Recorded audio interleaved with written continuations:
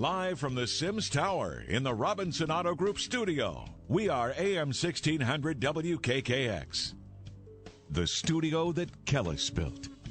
Now it's time for Whispers, your number one source for all things paranormal. With your hosts, Jordan Klein and Nick Queen.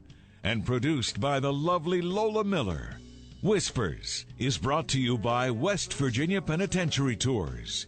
At the West Virginia State Penitentiary in Moundsville. Unforgettable, historical, educational.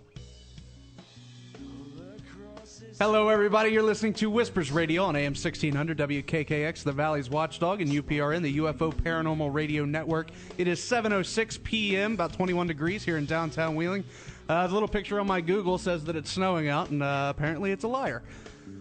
I'm nice. Jordan Klein. He's Nick Queen. She's the lovely Lola Miller, who still giggles like a little schoolgirl. I do. That embarrasses me. With us, joining us this hour is our boss.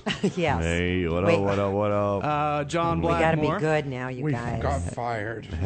Yeah.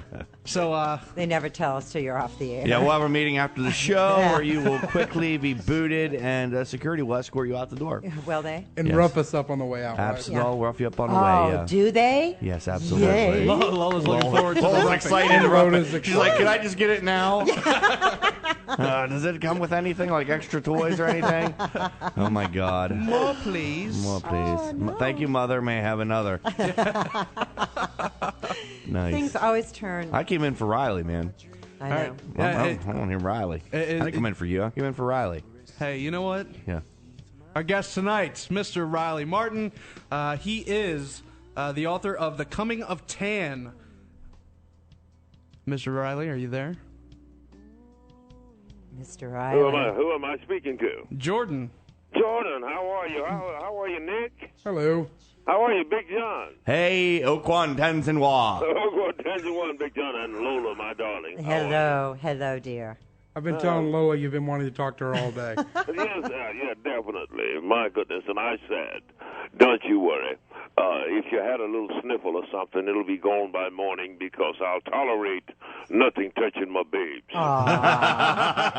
Thank you. You're welcome, my dear. You got her blushing so much. Yeah. And Riley, I know Lola. You are exactly Lola's type, by the way.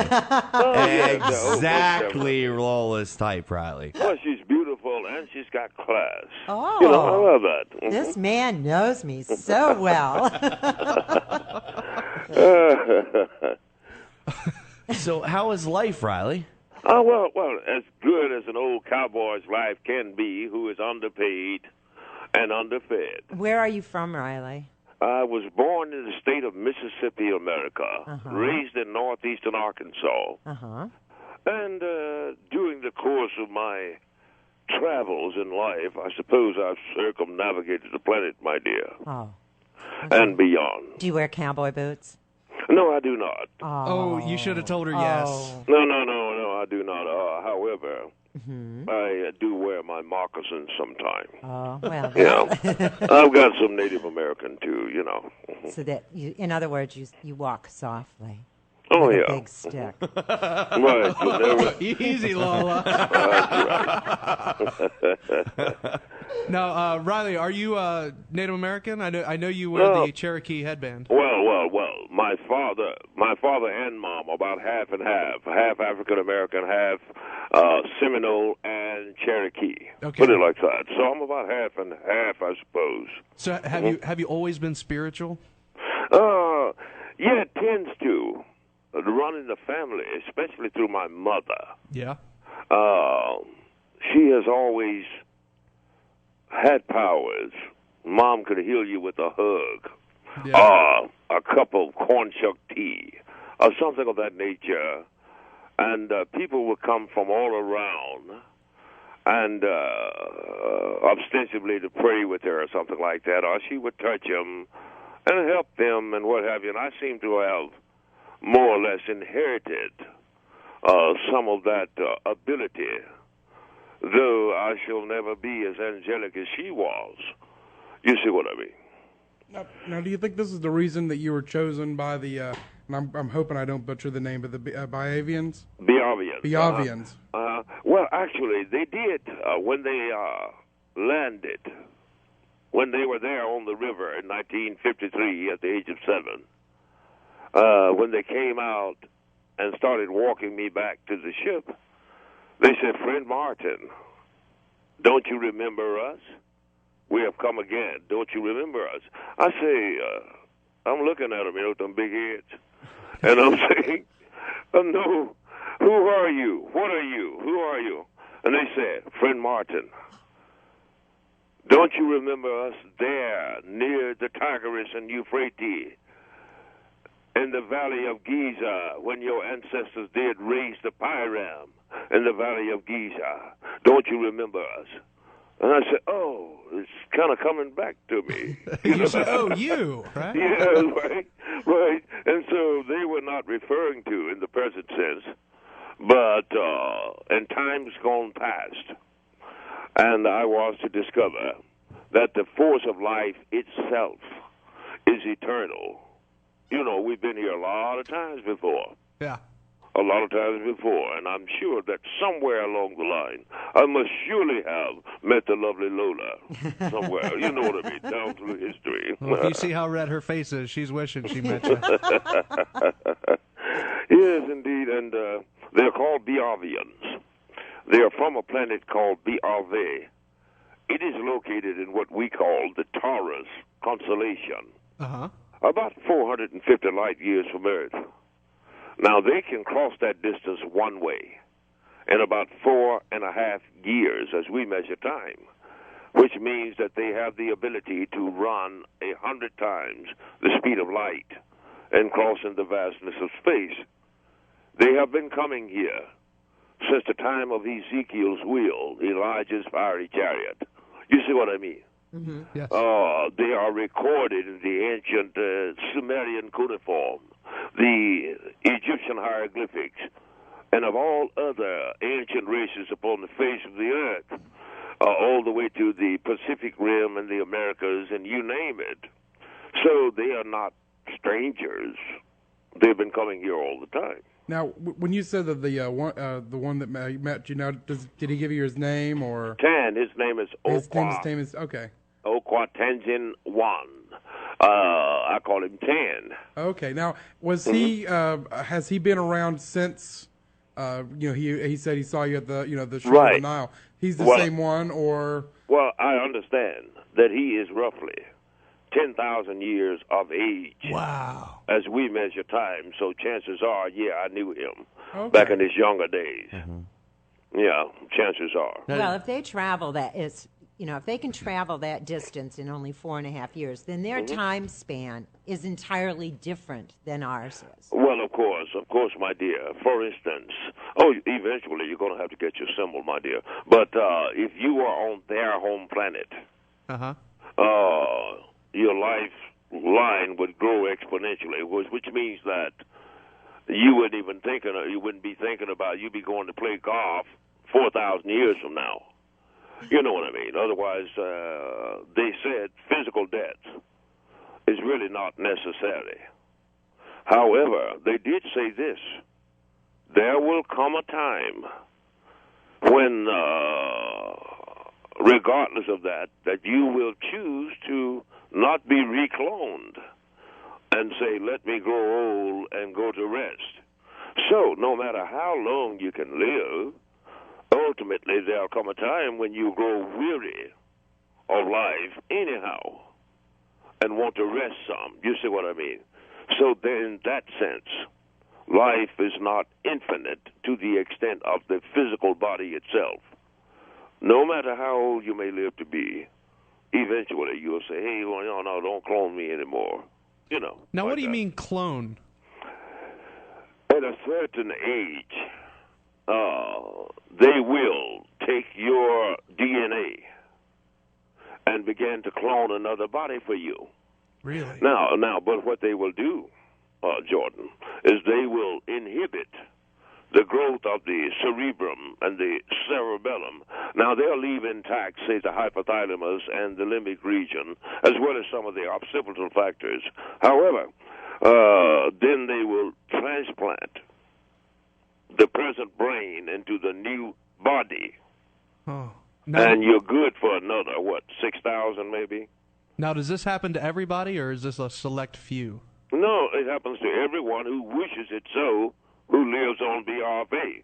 They wouldn't do it here, of course. Yeah, of course. Because, for one thing, there's too many of us, numerically. And just think of it, if you remain sexually vital for the next 4,000 years. I would Jesus Christ, little Kleinies.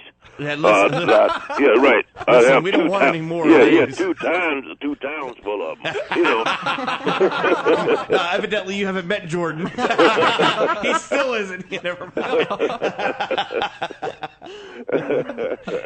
Now, have you been to their planet or to their ship, or no, have you been to the ship? I've been to the mothership. Oh, and in this how solar big system, must that be? in this solar system, I'll get to that. Okay. In this solar system, I've been as far out as planet Pluto, and a bit beyond there. Nonetheless, the great mothership itself, in dimensions, it looks like a big old Tiffany egg. You know, Tiffany egg, and it's 40 kilometers across the middle. Wow. That is about 28 miles, and about twice that distance up and down. And it languishes out near the rings of Saturn. It is too fragile to bring into the atmosphere of this planet. So they, shuttles back and forth, like that. Uh-huh. Smaller ships and what have you. Well, but it's been there since biblical times, really. Really? Well, you must feel pretty honored that they would take you aboard the mothership. You might be one of the few. Well, I mean, how many people on this planet have traveled into space? And I suppose there's an old scripture that says, "Many are called, but few are chosen." I don't think that a lot of people have had that privilege, but I'm by far not the first wayfarer that they've ever had. I mean, they took Ezekiel up. They took, Joshua up. Enoch, they took him up. They took others. Yeah, but those are pretty substantial names. We're just talking about Joshua and Ezekiel, and in their own time. Yeah, they weren't all of that great. So, do you think that you're called to be a religious leader of some kind? No, I wouldn't call it religious, my friend. Okay. But I believe that if somebody didn't know something about something, heaven and earth would pass away. They are flesh and blood, skin and bone. I do not find him to be so angelic until they are etheric. They have their faults. They have their technical difficulties. They fell at Roswell and some other places. Was that them? That was them, as well as the Stygians, who travels with them, the bony kind, the bony guys, tall bony guys. Yeah. Now, how many travel with them? Because I was under the impression, is it just the Biovians or? No, there are seven intelligent species sharing a common mothership. However, each one of them have their own technologies, so to speak. There is one group called the Dorians that are actually obviously Caucasian. I mean, I think, So I love the laugh. Right, they are blonde. They got these blue eyes, and you'd have to get close to him to see that he's really not like a human. What's the difference? Well, the difference is that the neck is somewhat elongated. The ears fit close to the profile and run around the jawline. The eyes are larger proportionately, the little bitty peakedy nose and little narrow lips, narrow mouths, and what have you. Sounds like my ex-husband. And they are telepaths, but they can also, some of them can talk. I mean, like verbally, like it be me and you, And so if we are looking back in the history and the chronogenesis of humankind, no one has ever been able to literally explain from a genetic level where everybody came from. Because even though we do share a common genetic bond, there are some different-looking people on this planet. You know what I mean? When you get down to, say, Oriental, black, African race, etc., white, etc. You see what I'm talking about? Yeah, yeah. And what have you. So I do know that they have been mixing with us on a genetic level. Really? So, oh, yes, since pre-biblical times. Now, if you will, referring you to, say, an ancient scripture like the Bible, say, for instance, if you're reading Genesis from the house of Adam, it will tell you that, and in those days, there were people who lived 6, 7, 8, 900 years.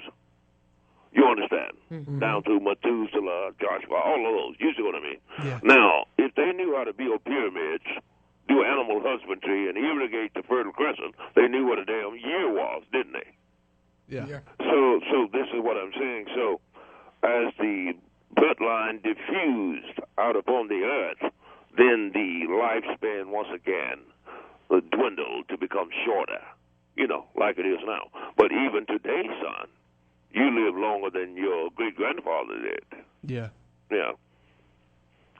Now, so you, at the age of, how old were you when you went first time? 7. 7, okay. Since then, how many times have you went back and forth? 3 times. Okay, now because I've always wanted to know, what exactly is it like in the ship? What happens? Oh, Jesus Christ. It boggles the brain just thinking about it. I mean, if you, when we were approaching the ship, we slowed down to, say, about 10,000 clicks an hour. And, that's slow. Yeah, and I'm thinking, oh, we're going to hit it. I didn't see any big doors opening or anything. You know what I mean? Yeah. And I was saying, hey, we're going to hit it. We're going to hit it. Slow it down. Hey, where's the brakes? Slow it down, And before I could develop a blood-curdling scream, something happened like this. Like the shutter of a camera. We were in. Wow. Yeah. And stopped. From 10,000 to 0 in 1/10 of a second. Yet you felt no sensation of G or centrifugal force. See what I mean? Mm-hmm. And what have you, this is because of their propulsion system, which possibly we'll get into a little later here. But all I'm saying is that now, after you enter that third door, the first door, they don't want the atmosphere to escape. So the door opens only wide enough for your ship and closes immediately. Then that's the area where, as far as the eye can see, you see ships in dry dock. They're working on them, robots, crews, etc., etc., as far as the eye can see until it curves. On the next inside level, you'll find the tech people, the big timers that running the fusion reactors and things of this nature, and etc., and then the cooking the food and preparing the food and etc., etc. Then on the inside, when you get to the third door, you stand and you look out, and you'll behold a new world. You look up, you can't see the top, and you'll see birds flying through the distance. You look down, you can't see the bottom, and if you look out further, you'll see 3 levitating, domed gardens floating out there in the middle. No doubt people by whoever they are in there. And then around, there's a stair, for instance, like in the airport, that goes round and round and round and round and round and round, round, round, round, round, on upward and round the other way going downward. You see what I mean? Yeah, yeah. And these are floors. And you can hear the thrum, the low humming of the great fusion reactors, and things like this. If you jump off, you seem like you're probably never going to hit the ground. That's if you jump over there. So the thing is so awesome, and you will see tens of thousands of individuals of various different alien races going here and there, levitating cars, etc., etc., free-flying birds, all of these type of things. And heavens to Betsy. You know? and on top of that, in 2004, my book was written some 22 years ago. Uh-huh. In 2004, the Cassini space rocket started taking photos of some great luminous object out near the rings of Saturn. Now, because they farm out a lot of their stuff, few of the pictures got out. Yeah. And they could not explain it. You know, it's not a star, it's not a meteor, it's static in one place, and it's self-illuminated, blah, blah, blah, blah, blah. But I told them what damn chip was 2 decades ago. Yeah, well, how did they respond to you telling them that? What they have done is decided not to kill me. That's always good. Right. That's a plus. And said, let him talk. You know? Now, I got a question real quick from the chat room. Okay. Barb asks, why do you think that they brought you back? Oh, well, I learned in 1953 that Mother Earth is in a lot of trouble and heading hell-bent for leather towards destruction by our own hands. Somebody has to come back and give this information to the people as best we possibly can. Now, all of these things will be explained to you in the book. You got to go to rileymartin.com, RILEYMARTIN.com. Get the book. Won't cost you that much. And it will explain many, many of the questions you ask.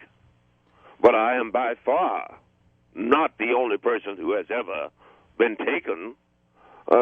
It's been happening for all the written history of humanity as far as that is concerned. Uh-huh. But nobody ever listened to anybody before, did they? You know. Yeah, and thus we have suffered many great adversities and near extinctions down through history. Humans don't really listen that well. Right. Now, this one will make the Holocaust look like child's play. So, therefore, it is best that a person take note and listen. At least listen. Because our destiny is in our hands. We do not have to kill somebody to get the oil to run your car. We can run your car without using oil. We can light your cities without using fossil fuels and all of this. We have the ability to not destroy this planet.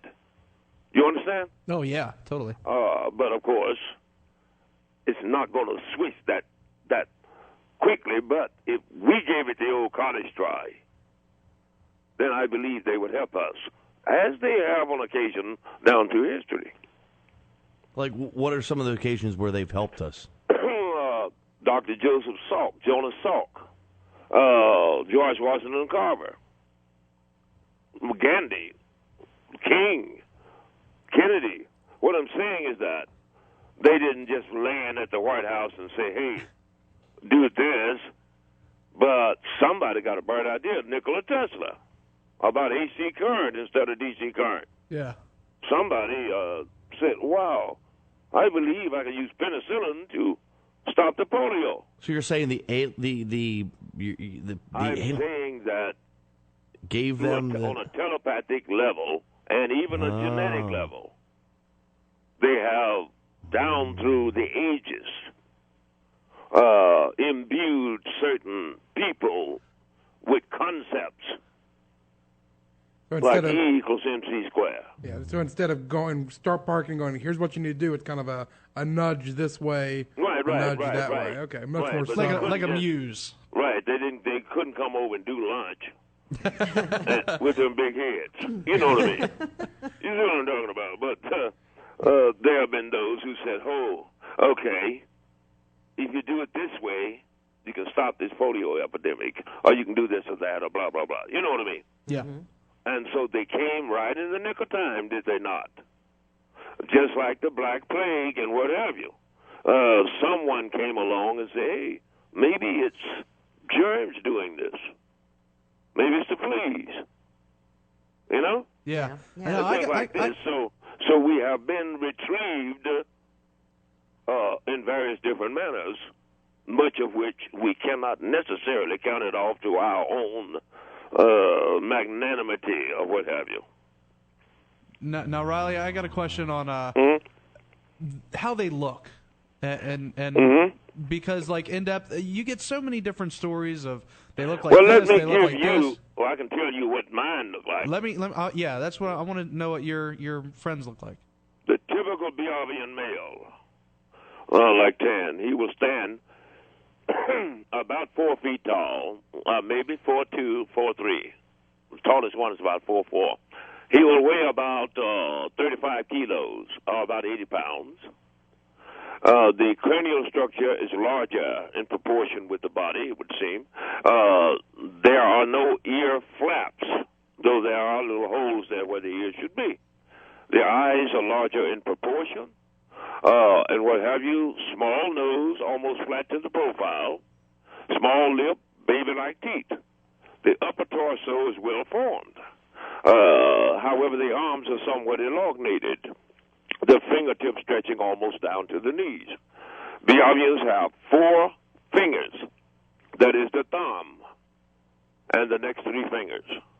The hip structure is strong, the lower legs somewhat spindly, the feet are kind of flat and splayed, and they walk with an easy motion instead of being hyper. The reason I say that is I put my head to his chest. His heart rate is about twice that of a human's, about 160 beats per minute. However, they do not express hyperness, so to speak. There are no hair follicles on the body. However, there are pores. Now, Biavians range in skin complexion from olive black to chalk white, and all the colors in between. That is the browns, the reds, the yellows, the whites, etc. Blah blah blah. You see what I mean? Yes. And that's the male. Female is the same, except several inches shorter, generally. These are Biavians. Of course, now they got some more stuff on that chip that's real whacked out, man, if you're looking at it. Well, what do they look like? Well, there are 7 intelligent species. Biavians, the ones I say, that I know best. Stanchians. Yeah, Stanchians that travel with the Biavians are the brainiacs. They are tall, leathery type skinned, somewhat bony-like, and all that, and may stand 6 feet or above. Wow. Third groups are called Dorians. Dorians, if you see them, a bunch of them sitting eating or something, you could just say it was a bunch of blonde white people. but upon closer inspection, you can see a difference. And they look so much alike until I surmise that they are probably an engineered race. Now, I could be wrong. A third group called the Targzicians. Fourth group, rather. Targzicians. Targzicians are obviously reptilian. Obviously. Smart reptiles. Yeah. So to speak. They'll stand anywhere from 5.5 to 6 feet tall. And they have soft, scaly skin and reptile eyes. And I don't really like them. Yeah, which ones were? I just got a phone call there, Mr. Martin. Which ones were the blonde hair, blue-eyed ones? Dorians. Dorians. I call Okay. them Dorians. All right. Yeah. Thank you. Dorians. And there's another group, short, stocky, blue of skin, called Neptunians. Neptunians are from a high-gravity planet, and they are essentially water people, so to speak. These were your Nemons of the ancient Dogons and all this. Next group are called Screed. Screed, these are smart insects. Right. They are a cross between praying mantis and locusts, put it like that. They stand as high as 5 feet tall, highly technical, and they are here. And then there's a 7th group. This group is formless. Take take something like a test tube, turn it upside down, fill it with a pink liquid that's got an eye floating in it. And a metal bottom on it. Now, that's the seventh group. Their name is so digital until I cannot call it. But these are the seven that shares that common mothership. But they are by far not the only ones visiting this planet. All right. Now, let me ask you. Can we go to the phone lines real quick? Yeah, let's go to Bill from Wheeling, Mr. Martin. Bill from Wheeling. Oh, I whacked him. Hold on. Bill, call back. Hold on, Bill. Hold on. All right, so let me call him back. I don't know how I did that. Now, I've used his phone a million times. I have a quick question while he's calling him back here. You said you didn't like the reptilian race, the Targazians, if I'm saying that name right. Are you there? No, we're getting him back. I thought he's I gone. thought you lost Bill from I thought you Wheeling. probably. No, that's yeah. what I thought I did, and like, he is gone. Let me get him back for you. I'll get him back. See There what we go. happens. There we go. We invite John into It's the ringing. studio, and He's ringing back. we invite him in, and he just Sorry. dumps our guest. Riley, we lost you. Yeah.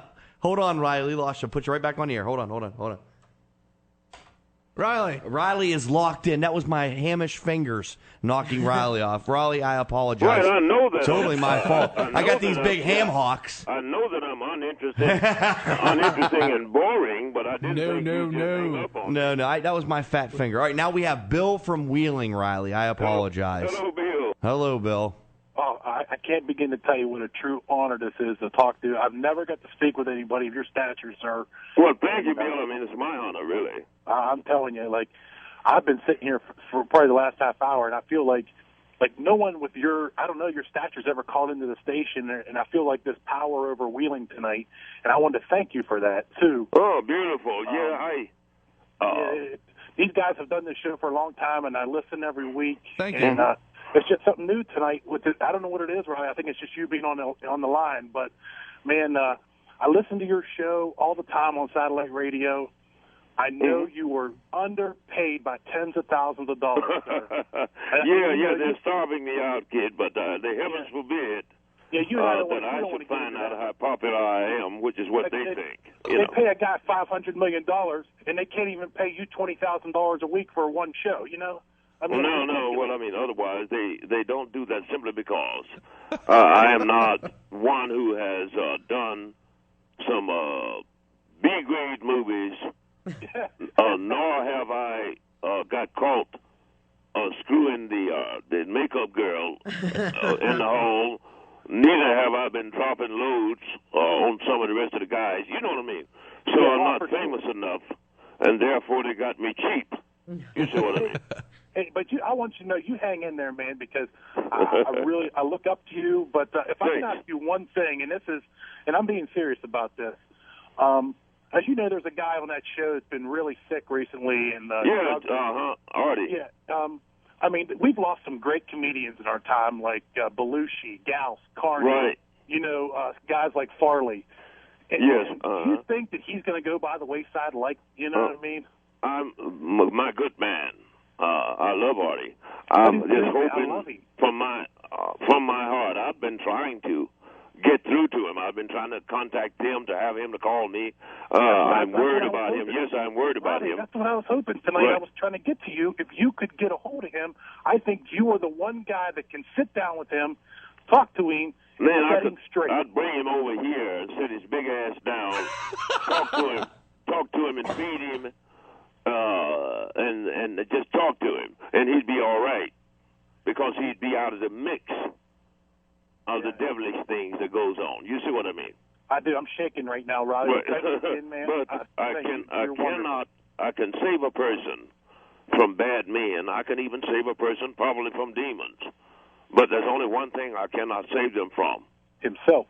Themselves. You see what I mean? And he has some dark demons, and hopefully you can get a hold of him, sir. Yeah, I hope so. I mean, otherwise I would love to. Look, he don't have to give me not one dime. Nothing. I don't want nothing from him. Nothing but a hug. Yeah, just a hug and his attention. Just sit and talk. Let's talk. Let's eat some beans. Sit and talk with me. You know, otherwise I wish I could help. I do. I really do. Breaks my heart because he's one of the greatest among them. It's been an honor. I'll let the other guys get in tonight. Hey, well, thank you, good man. Thanks for calling. Give my love to the family. I will, for sure. Mm-hmm. Hey, Bill from Wheeling. Thank you for the call. Thanks for the call, Bill. Artie, of course, is Artie Lang, who was found, was it this morning? No, it's been a week now. Yeah, he was released this morning. Released this morning. Yeah. Well, bless his heart. I hope he's going to be okay. Yep, absolutely. It's just when you think people are cleaning themselves up, and drugs are an awful demon to try to kill. Well, sure, I know, good man. I'm aware. Now, Riley, I want to ask: have you met any other humans, I guess, aboard the ship on your travels? Because here's why I asked. I've talked to other contactees, and they said that they meet people there. Well, in 1953, I saw another gentleman. There, but he was like, at that time, he was in his 50s, and we did not actually talk to each other. He was across the way. Also, I'm firmly convinced that I walked and talked with a gentleman by the name of Nikola Tesla aboard that great mothership, though I did not know it at the time until I looked in an encyclopedia later, what have you. So, but I'm sure there must be other humans there, but there's only so much finite time you have, because I would generally stay there from anywhere from 3 to, say, 7 days, and they were teaching me what I should know. You know what I mean? Sure. Now, another question from the chat room. Actually, we have a couple, but I think I can combine them. So, what communication, what messages have they given him? And someone else asked, what would happen to the Earth, if we do, if we, humans, don't, listen to this message you have. And how did you get the message too? Well, it's like this. Well, otherwise they give it to me more or less telepathically in their presence. Nonetheless, the aliens should not have to talk to you to let you know which way we're headed. Oh, of course. Now, take into consideration, let's say, overpopulation, famine, wars and rumors of wars, cutting of the rainforest, melting of the poles, poisoning of the water tables, nuclear power, fission, wayward warheads, you name it, new diseases, etc., vectors, and all of these things. If we would devote our time and our efforts to cleaning up the Gaia and to helping the sick of the world and things of this nature, well, we would be a lot better. Reforestation, you name it, we'd be a lot better off. Instead of chasing only the mighty buck, putting your mother out of her house that she's been in for 3 generations, closing the factory down and leaving with $400 million bonuses. Yeah. And what have you. If we would devote our lives to something besides thievery, gluttony, wars, dope, then we could make a better world. But if we don't do it, we're heading towards what is inevitable, that's going to be as a result of such iniquitous continuum. You see what I mean? Yeah. And what have you. So you should be able to figure that out yourself to some extent. The Biavians didn't have to just tell me what they thought they would, so that ultimately I could write the documentation and then start to verbally pass it along to those who would listen. Well, are they getting to the point where they're ready to throw their hands up and say, you know what, these people have messed this planet up for, eons of years, and nobody's paying attention now? To hell with them. Right. I mean, otherwise, because they do feel, my darling Lola, they feel somewhat responsible for us, because before their time, we were little more than migrant hunter-gatherers. Yeah. Then all of a sudden, we are into astronomy, animal husbandry, irrigation, building great edifices. You know what I mean? Yeah, they gave us the ideas, and so yes, now their it's kind of ideas like as well, Yeah. to some extent, the neurological power. And all of this because in those days there were giants in the lands. And these sons of the gods looked upon the daughters of men and found them fair, and took of them wives. And their sons became of old great men of a renown. So therefore the first great kings and things of this nature, those Elohim, so to speak, were the ones who kicked all this crap off. Being children of those long-lived visitors. They never would have mixed if they hadn't got trapped here, you know. Now, I have to ask you this. Everybody's been talking about, and the movie just came out 2012. You've been hearing about it forever. Right. December 21st, 2012. It's supposed to be, catastrophic day.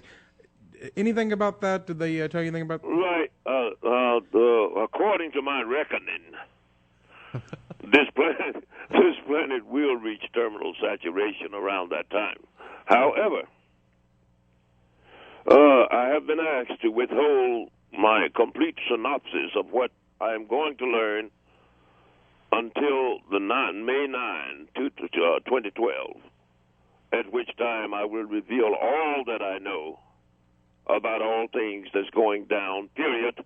Nonetheless, 2012 is a pivotal point in the either destruction or ascension of the human species. So you could be like our end-of-time savior. Well, I mean, otherwise I would say, hey, man, don't smack that big guy because he's going to kick your ass. Now, here's otherwise, you know what I mean? I could say, hey, please don't stand in front of that train. Yeah. Because if you do, you're going to die. Now, why May 9th? Why that date? Well, actually, it just happens to be my birthday. Oh, okay. Yeah, you know what I mean? Great day then. Deductive reasoning. I got a question. Like, we've only got like 10 minutes left, and I want to hit this. While you were in, like, I don't want to say being abducted, while you were taken, did they do anything? Because I've been told from other contactees that most of the abductions are all based sexually. I did get into some sexual things. Nonetheless, it was fun. So this was your choice. It was there. It had hybrid women there. So it's not like the... but however, then I have some kids. However, I want to say to you, my darling Lola. Yes. Even though I have jumped through the light factor out across the void of space and had the ignominious pleasure of having touched tenderly a number of hybrid women, I have found nothing out there, nor seen anything in the cosmos that would move me like you, my darling. She has turned as red as a stop sign at this point. Oh my goodness, that was good. I have to admit that. Boy, I was just sucking that right in. I'm telling you. Now you were given symbols. You were shown symbols. And Yes. I know you've given symbols to people, and I know I remember watching on Jerry Springer, you had a symbol for him that kind of told him about his past life. Now, what about Lola? Well, I won't give statistics on the air. However, if she so desires, go to riley.mp3.com. And, Lola, if you don't got no money, I will still do your symbol. Okay. But I will like to know your immediate chronology. For instance, my father and mother are African-American and Native American. Okay. And if, say, for instance, my father is Irish, my mother is dead. You know what I mean? Yeah. And that's all I need. And, if at all possible, a photo, a copy of a photo. Okay. And I'll gladly do your symbol. And then, if you want to reveal anything about your symbol to these nosy guys, then you can feel free to do so. It's out of love, Riley. All right, Riley. Now, did you? And also give my website now. People to go there and get your books, rileymartin.com. That's spelled RILEYMARTIN.com. Okay. Get your books. You can get the talking book in my voice. or you can get the written book. I think I want that. Yeah, and you can get the written book, and you can also get your symbol, and then realize that the symbol you get will be the original.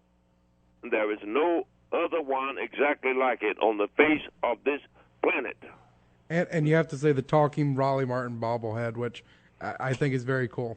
Oh, yeah, well, there are a number of products there.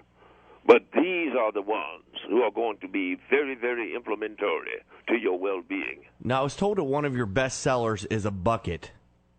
Yeah, a jug. A jug, like a trucker jug? Yeah, well, otherwise, Yeah. get caught out on the highway in a traffic jam, having drank a six-pack, and you will get you a jug. There you go. Very creative, Riley. Yeah, right. A giant trucker bomb. It's utilitarian, son. You know, sounds funny, but it's a necessity. Oh, yeah. It's a necessity to a guy. Yeah, you really don't explode. Yeah. That's what I'm saying.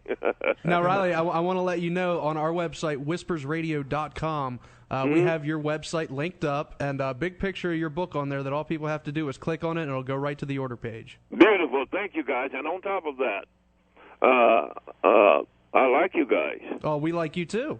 And so I'd like to do some more with you at some point in the future. Oh, we'd love to have you back. Absolutely. Call me, if at all possible. Call me up, and if at all possible, I'll gladly be honored to do your show anytime because we got a lot to talk about. I agree. Yeah, I mean, we barely touched the surface. We haven't even scratched the surface of the surface. And I want to tell you, our boss here is running the board right now, John, and he runs our morning show, and I'm sure that you'd have a blast doing the morning show. Yeah, well, I have John to, if you will. What's his name? Blackmore. Blackmore. Okay. Yeah, we'll contact you and get you on one of these mornings coming up here. Well, I mean, otherwise, Awesome. John, I love you now, but it has to fit in with when I can come on. Oh, absolutely. Oh, I understand. Believe me. We'll set up way in advance. But still do so. Sure. And give my love to all of the families. And take care and have a marvelous year. Well, before we go, I'm sure you picked up some of the language. Right. Can you say anything in Biavian? Yeah, Biavian. Well, actually, when you say the words "Qua omsa lajuan," roughly it translates as all praises unto the light. All praises unto the light. Olana takapakaratu.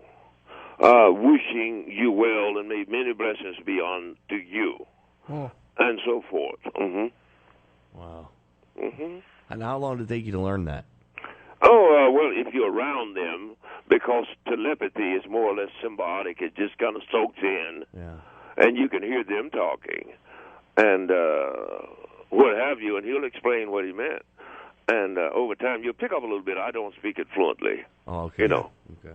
Kind of immersion. And Tan, his how was his name? Okwa Tenzin Wan. Got it. Does that mean something or? Yeah. I think it means something like first son. First son. First son of the light. Something like that. Very cool. That's awesome. Yeah. All right, cool. Yeah, definitely. And now, did they give you any kind of name or anything itself, or did they just call you Riley? Yeah. What is your Peruvian name? Go to Biavian name. Go to Peruvian. I don't know. Yeah. Go to wayfarerexchange.com, and there's a symbol there called the Umsa Trinexus, and below that, in the explanation of it, is my ancient name. I don't necessarily talk about it much. Okay. But it'll give you the, more or less the name. See, if I had an ancient name, I'd tattoo it to my back. Well, I will give you one of your ancient names if you ever get your symbol. Always. Actually, Jordan needs it tattooed to his arm so he can remember who he is at times. Oh, Quantanjin Wong! I got you. Yes, indeed. And hey, it's been a real pleasure, kid. It's been great. thank you. We've had a lot of fun. We can't wait to have you back. Yeah, You're that gonna- would be great. And take care, Lola. You're going to be fine, my darling. Thank you. I tell you what, you Thank made that girl Riley. blush more than Barry Fitzgerald did from Ireland. I think Yeah. she's stuck in permanent blush at this point. Son, when the day comes, is that the day comes that I do not love beautiful women. Just throw the dirt on my butt. Hey, right. Riley, got another call. Our good buddy Sammy the Bull wants you to say hi to him out there. Okay. You got to say hi, Sammy the Bull. Oh, hello. Hi, Sammy the Bull. Very good. awesome. He's out He's there working, listening. I'm sure. He's working tonight hard. All right. All right. All right, Riley Martin, thank you very much. It's rileymartin.com. And Yeah. get his book, The Coming of Tan. The And you coming can- of 10, and to get your symbols, Hey. people, and take care, kids, and it's been a pleasure. Hey, Thank you, Thank you, Riley. Riley. Bye, Riley. Thank you. Bye. Bye. I just want to say that was the most amazing hour of radio. That was. I told you he was a 12 on a scale of 1 to 10. You did. I didn't know where you were going with it this morning when you were Yeah, I mean, he is just giving something. me a crash course. John calls me up this morning. It's like 7 o'clock. He said, tonight, Radio Gold. And we've got 24 minutes and 49 seconds of pure drop brilliance that Biff will have cut up in the next couple of days. I love this. You got to... All right, hold on. Can we go to the phone line real Yeah, quick? let's go to the All right. phone line. All right, go ahead. Say hi. You're on the air. Hi, you're on the air. Yes, the best 30 minutes of radio I've ever heard on WKKX. Thank you. Thanks. right, We've say- been on for 2 hours, but it was the Yeah. best 30 I'm minutes. glad right. our 2-hour show is the best. Yeah. 30 All right, minutes. say you're we you're sucked on. You're on the air. You're on the air. Hello. Hey. Hey. This must have been the most compelling radio once again. Like I'm speechless, and that's hard for me to be speechless. Yes, is that's this true. Bill? You know what? It was No. my pleasure to listen to your radio show. Thank you. Oh my God! Wait a minute. That's That's the is true. first Well, time you he's ever need said to that. record this. Okay. This We get part. this, yeah. This might. I listen to you quite often, and I'm glad I'm listening to you tonight because I wouldn't believe it if someone told me. Right there. I mean, we've had some real people on the air that go is down, the and best. that is Yeah. Is there Riley any way is you unique. could maybe step in for that guy in the morning? Say goodnight, Jay. Hey, it was my pleasure. Yeah, yeah, it was. wow, My yeah. pleasure. All See you, right, Jay. I'm later. telling you, this is a red letter day. Red letter day. That's great. Well, how do you want to? Do you want to end with this song over here? Yeah, Nikki, who we got next week? Dwayne Claude and someone else. And someone else. Dwayne Claude is our, I guess, resident demonologist. We've had him on several times. Yes, we'll be talking to him. He does exorcisms, so that should be real nice. great.